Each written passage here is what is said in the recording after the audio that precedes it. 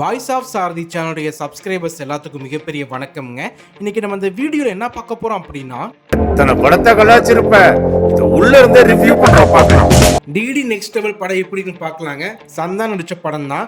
படத்தோடைய கதையை பொறுத்த வரைக்கும் படத்துல ஒரு ரிவ்யூ பண்றவரா மூவி ரிவ்யூ பண்ற நடிச்சிருக்காரு சந்தானம்.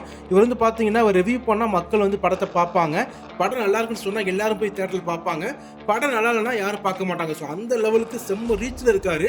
அந்த சமயத்துல ஒரு ப்ரொடியூசர் இவர்கிட்ட என்ன பண்றாங்கன்னா, ஏதோ பார்சல் ஒன்று அனுப்புறாங்க.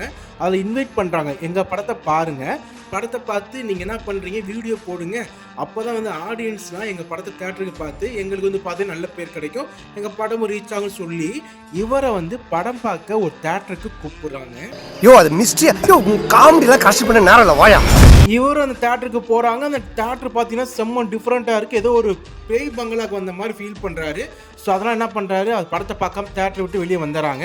அதுக்கப்புறம் என்ன நடக்குது, அதான் படத்தோட கதைங்க. ஆக்சுவலாக இது பார்த்தீங்கன்னா தில்லுக்கு துட்டு பார்ட் 4 சொல்லலாம். டைட்டிலை மட்டும் சேஞ்ச் பண்ணிட்டே இருப்பாங்க. இதோடைய பிளாட்டை பொறுத்த வரைக்கும் 4 கதைக்கும் 4 படத்துக்கும் 4 டைட்டிலுக்கும் ஒன்று பேய் ப்ளஸ் காமெடி. அதை சுற்றி தான் இந்த ஃபுல்லாகவே படத்தை பண்ணிகிட்டு இருக்காங்க. ஏன்னா மற்ற படத்தில் பார்த்தீங்கன்னா தில்லுக்கு துட்டு 1 சூப்பராக இருக்கும், செம்ம காமெடியாக இருக்கும். தில்லுக்கு துட்டு 2 நல்லா இருக்கும். டிடி ரிட்டர்ன்ஸ் டிஃப்ரெண்ட் ஒரு டைப்ல அந்த கதை எடுத்திருப்பாங்க இதே டைரக்டர். அப்போ மறுபடியும் அதே டைரக்டர் அதே ஹீரோனா கண்டிப்பா ஒரு எதிர்பார்ப்பு இருக்கதான் செய்யும். அது மட்டும் இல்லாம ஆல்ரெடி எடுத்த படத்தோட ஒரு கண்டினியூஷன் லைக் ஒரு பார்ட் 4 அந்த மாதிரி இருக்கும்போது படம் டிஃப்ரெண்ட்டாக இருக்கும். ஏன்னா போன படத்துலேயே ஒரு பேய் கதையிலேயே ஒரு கேம்லாம் வச்சு சூப்பராக பண்ணியிருந்தாங்க. அப்போ இந்த கதை ட்ரெய்லர் பார்க்கும்போது கப்பல் என்னமோ பிரம்மாண்டம், ஆர்யா வேற ப்ரொடியூசர் நினைக்கும் போது இந்த படத்தை பார்க்கும்போது என்னன்னா, ஃபஸ்ட்டு மொட்டை ராஜேந்திரன் அண்ட் சந்தானம் அந்த காம்போ நல்லா இருக்குங்க. நிறைய இடத்துல பார்த்தீங்கன்னா சிரிப்பு வர மாதிரி தான் இருக்குது, நல்லா இருக்குங்க. யாஷிகா ஆனந்த், கௌதம் வாஸ்து மேனன், செல்வராகவன்லாம் இதை கொடுத்ததை பண்ணியிருக்காங்க.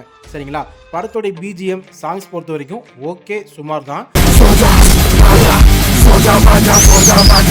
கடைசியா அந்த பார்ட் 3 வரைக்கும் காமெடிக்கு பஞ்சமே இருக்காது. ஓரளவுக்கு பார்த்தீங்கன்னா ரொம்ப கிரிப்பிங்காகவும் இருக்கும், போர்டும் அடிக்காதுங்க. ஆனால் இந்த படத்துல பார்த்தீங்கன்னா செம்ம சர்ப்ரைஸா இருக்குங்க. என்னன்னா காமெடி பெருசாக ஒர்க் அவுட் ஆகலையோ அந்த மாதிரி தோணுது. சந்தானத்தை பார்த்தீங்கன்னா காமெடி பண்ணுறாங்க, கவுண்டர் கொடுக்குறாங்க, நல்லா இருக்குது. பட் ஏதோ கொஞ்சம் நமக்கும் அவருக்கு டிஸ்டன்ஸ் மெயின்டைன் பண்ணுற மாதிரி ஒரு ஃபீல் வருது. ஏன் அப்படின்னா காஸ்டியூம் டிஃப்ரெண்ட்டாக ட்ரை பண்ணுறேன்னு பேரில் இந்த மாதிரி பண்ணியிருக்காங்க. ஹேர் கட்டு, அந்த பேண்ட்டு, அந்த ஷர்ட்லாம் பார்த்தீங்கன்னா ஒரு மாதிரி புள்ளிங்க மாதிரி பண்ணியிருக்காங்களா, இந்த காலத்து ட்ரெண்டிங் ஏற்ற மாதிரி. அதுதான் ஒரு மாதிரியாக இருக்குங்க. ஏன்னா சந்தான வழக்கம் போல் அவர் காஸ்டியூமில் அந்த பியர்ட் வச்சுட்டு அந்த தலைமுடியெலாம் அவர் அழகாக வச்சுட்டு பேண்ட் ஷர்ட்டை போட்டுக்கிட்டு அந்த மாதிரி இருந்தாவே நல்லா இருக்குங்க சந்தானத்துக்கு. ஏன்னா நம்ம ரசிக்கிறது சந்தானத்துடைய டைலாக் டெலிவரி, அந்த லைட்டாக ஒரு பாடி லாங்குவேஜ், அவ்வளோதான். இந்த காஸ்டியூம்லாம் அவளை பார்க்கவே மாட்டோம், டிஃப்ரெண்ட்டாக ஒரு மாதிரி, அதாவது பார்த்தோன்னே சிரிப்பு வரணும் அந்த மாதிரி பண்ண ட்ரை பண்ணிடுவாங்க போல். ஆனால் பார்த்தோன்னே சிரிப்புலாம் வரல. அந்த சில டைம்லாம் அந்த காஸ்டியூம் பார்க்க லைட்டாக இரிட்டேட்லாம் ஆச்சுங்க.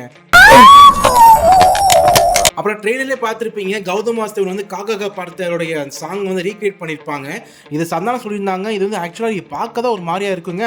ஆனால் படத்தில் இதுக்கு பிகைன் பார்த்தீங்கன்னா ஒரு ஸ்டோரி ஒன்று இருக்கும், அதோட கனெக்ட் ஆகிட்டு அப்படியே போயிட்டேன்னு சொல்லுவாங்க. பட் என்ன தான் அந்த பாட்டுக்கு பின்னாடி ஒரு கதையே இருந்தாலும் இது பார்க்க முடியல. கௌதம் வாஸ்தவனை இப்படி எதிர்பார்க்கவே இல்லை. அவர் எடுத்த அந்த சூப்பரான படம், சூப்பரான விஷுவலை அந்த பாட்டு காவியத்தை இவங்க ஒரு மாதிரி ஒன்று பண்ணியிருக்காங்க. அது ஜிவிஎமே ட்ராவல் பண்ணுற மாதிரி இருக்குது. அதை ஏற்றுக்கவே முடியல, சுத்தமாக நல்லாவும் இல்லைங்க.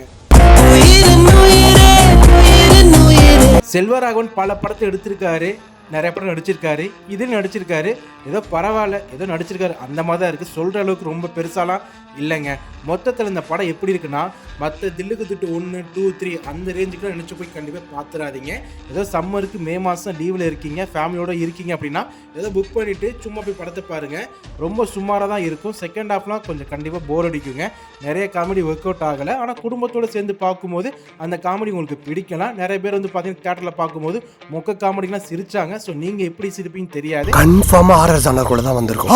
ஸோ இந்த படம் உங்களுக்கு பிடிக்குமா பிடிக்காத அதெல்லாம் தெரியாதுங்க. ஆனால் ஃபேமிலியோட சேர்ந்து பார்த்தீங்கன்னா பிடிக்க கொஞ்சம் வாய்ப்பு இருக்குங்க. ஸோ இதெல்லாம் டக்குன்னு தோணுச்சு பட்னு சொல்லிட்டேன். சேனலில் சப்ஸ்கிரைப் பண்ணாதவங்க சப்ஸ்கிரைப் பண்ணிவிடுங்கப்பா. Super fantastic கிஸ்ஸா.